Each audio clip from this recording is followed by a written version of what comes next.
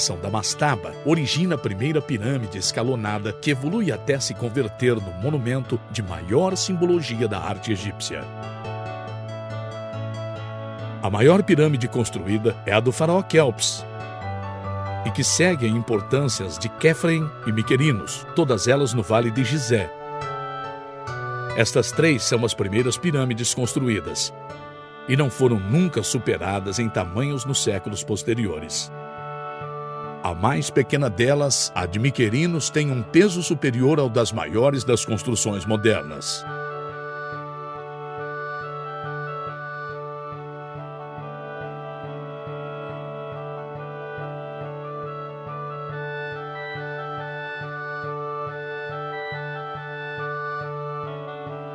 Na pirâmide de Quéops, os blocos de granito de 1 metro de altura são elevados até os 146 metros em filas tão apertadas que não é possível introduzir uma faca no meio delas.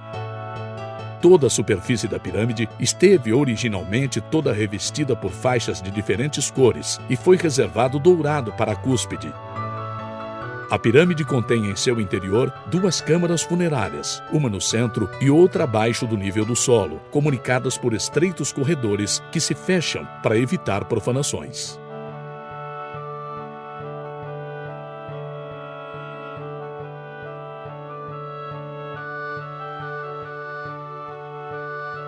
Ao redor das pirâmides se edificam diversos templos, que formam um complexo funerário limitado por um muro quadrado de pedra branca, desde a qual parte uma rua em direção ao Nilo, construindo um templo mais em sua margem.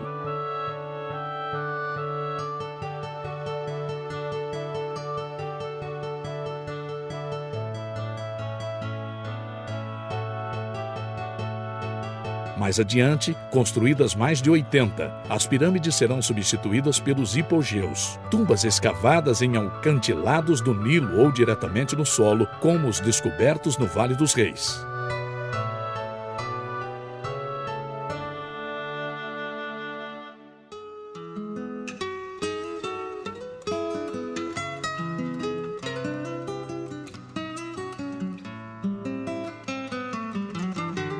Na última fase de esplendor egípcio, baixo o Império Novo, se constrói os templos mais característicos, como os de Luxor e Karnak, normalmente precedidos por avenida de esfinges, e 2 obeliscos, com um acesso retangular entre 2 grossos muros, enfeitados com relevos. Esta entrada dá passagem a um quintal com colunas e depois a um santuário que contém uma pequena câmara de acesso exclusivo para o faraó e os sumos sacerdotes.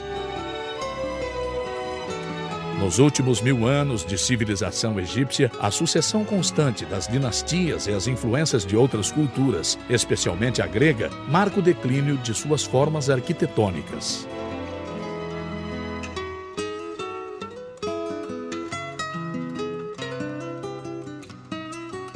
Lá onde a Bíblia situa a origem da humanidade no vale banhado pelos rios Tigre e Eufrates, que os gregos denominam Mesopotâmia e que hoje corresponde ao território do Iraque, se desenvolve uma sociedade contemporânea à da egípcia, que costuma contar com muito menos espaço nos livros de arte, devido a um fato inusitado. A falta de pedras nessa região obriga a utilização de materiais mais perecíveis, como barro cozido, em arquitetura e escultura, diminuindo drasticamente os restos preservados das muitas culturas lá assentadas.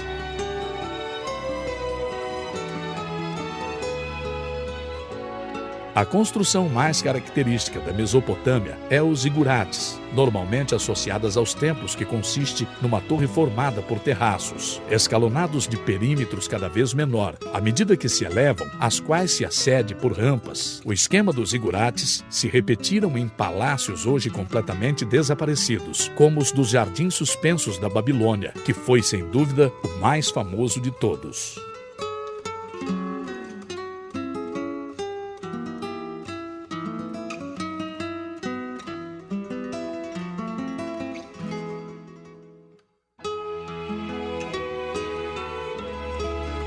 A abóboda e o arco constituem a principal contribuição arquitetônica da Mesopotâmia, embora somente continuem em pé alguns poucos exemplos realizados em pedra. Em geral, arcos, abóbodas e paredes, realizados em tijolos, às vezes sem cozinhar, embora os interiores são recobertos com placas de pedras ou esmaltados por motivos lógicos de beleza.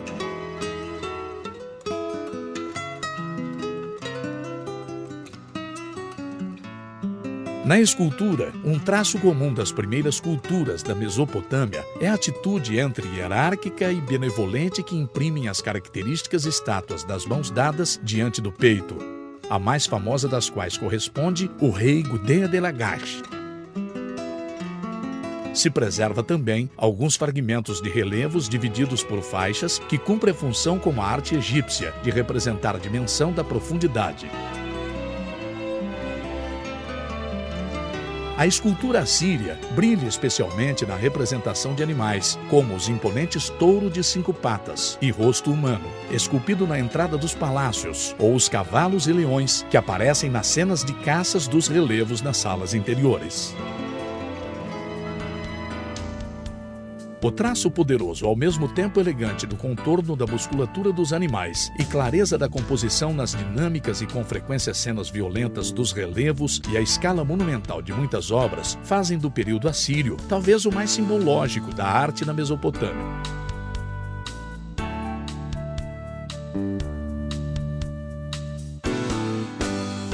Também as artes aplicadas alcançam uma grande altura, destacando o enxoval das tumbas e, sobretudo, os relevos babilônicos de tijolos esmaltados que exerceram enorme influência em suas equivalências persas.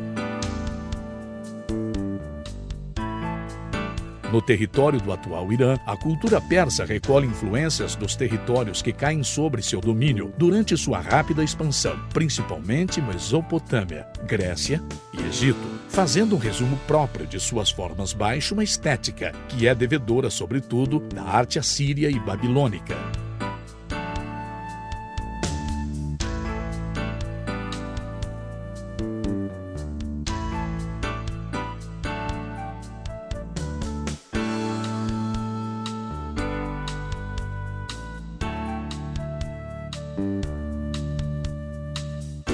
A maior parte da arte persa, chamada aquemênida, e toda a sua arquitetura estão ao serviço exclusivo do rei.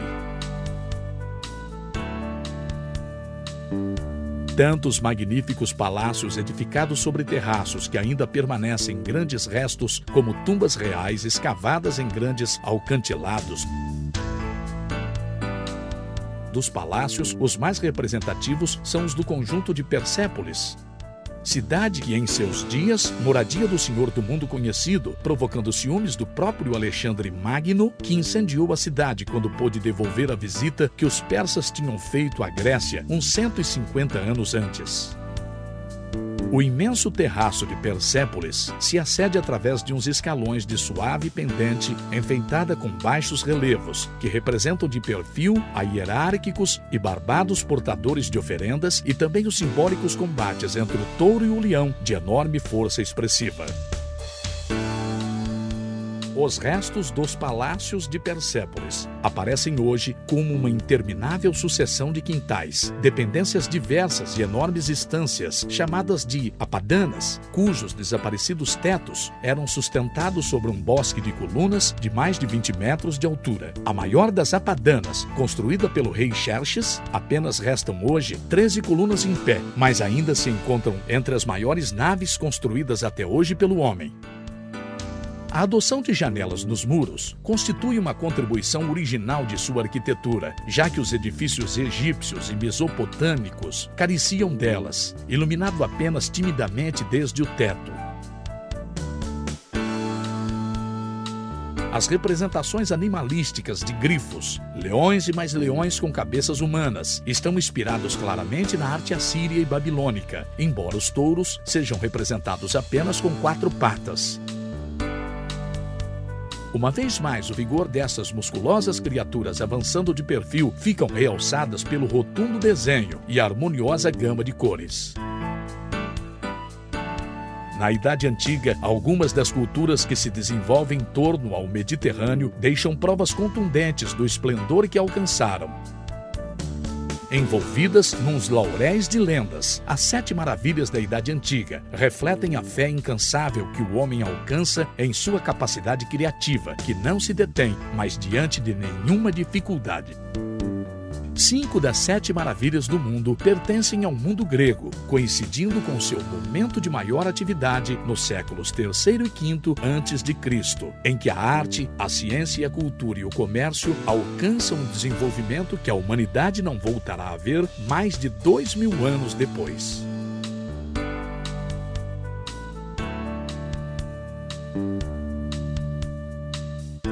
De fato, algumas destas maravilhas não serão superadas jamais em sua magnificência, e nem sequer hoje seria possível encontrar os meios para tentar imitá-las. Mas, infelizmente, os avatares da história e, sobretudo, os terremotos impediram que chegassem até nós nenhuma delas, com exceção a mais antiga, as pirâmides do Vale de Gizé, no Egito.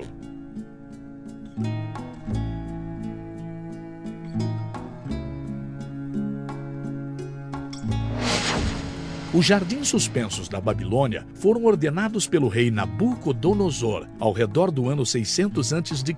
para satisfazer a sua esposa, Amits, que tinha saudades das verdes montanhas de sua terra. Consistia numa sucessão de terraços de pedras, situadas umas sobre outras em intervalos de 15 metros com uma altura máxima de 90. Nelas foram plantadas árvores, flores, todo tipo de vegetação que era regada desde o terraço superior, graças a um depósito de água alimentando uma engenhosa estrutura. Depois de alguns séculos de decadência, a destruição definitiva da Babilônia e seus jardins suspensos acontece no ano 125 a.C., nas mãos dos partos. O templo de Artemisa, situado em Éfeso, foi construído em honra à deusa grega da casa e da natureza, Artemisa, no século IV a.C. Suas 127 fabulosas colunas alcançavam uma altura de 128 metros e pesavam ao redor de 150 toneladas, algo totalmente afastado da mesura grega, que sem dúvidas contribuiu à sua enorme fama. Depois de 600 anos de ser levantado, tendo sido restaurado várias vezes, foi definitivamente destruído pelos godos. O templo de Zeus Olímpico foi levantado ao redor dos anos 460 a.C., na cidade de Olímpia, e rapidamente a estátua sedente do deus, realizada por Fídias para seu santuário, se converteu na mais famosa de toda a antiguidade. O célebre mausoléu de Halicarnasso, terminado no ano 353 a.C., albergava a tumba de Mausolo, rei de Cária, e nele trabalharam os melhores escultores gregos do momento. Sobre um pódio retangular se levantava uma colunata de ordem jônica que sustentava uma pirâmide escalonada.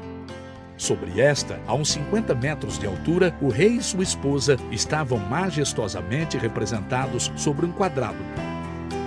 Das 7 maravilhas do mundo, esta foi a que menos tempo durou, pois 16 anos depois de ser levantada, a cidade de Halicarnasso foi destruída pelas tropas de Alexandre Magno. Hoje são conservados em Londres os restos do mausoléu. O farol de Alexandria foi construído pelo rei Ptolomeu II no ano 280 a.C., sobre a ilha de Faros, em Alexandria, para sinalizar a entrada de seu antigo porto de 120 metros de altura. Foi a primeira torre que cumpriu a missão de farol, graças ao grande espelho embutido na parte alta, capaz de difundir a luz solar durante o dia ou de uma fogueira durante a noite, a distância que impressionava os sábios da época. O colosso, com uma altura de 32 metros, foi colocado na entrada do Porto de Rodas, em memória de Hélios, deus do Sol. Séculos depois de sua prematura destruição por um terremoto, circulava ainda a lenda que os barcos que chegavam ao porto passavam por baixo de suas 2 pernas abertas, coisa que hoje nos parece improvável.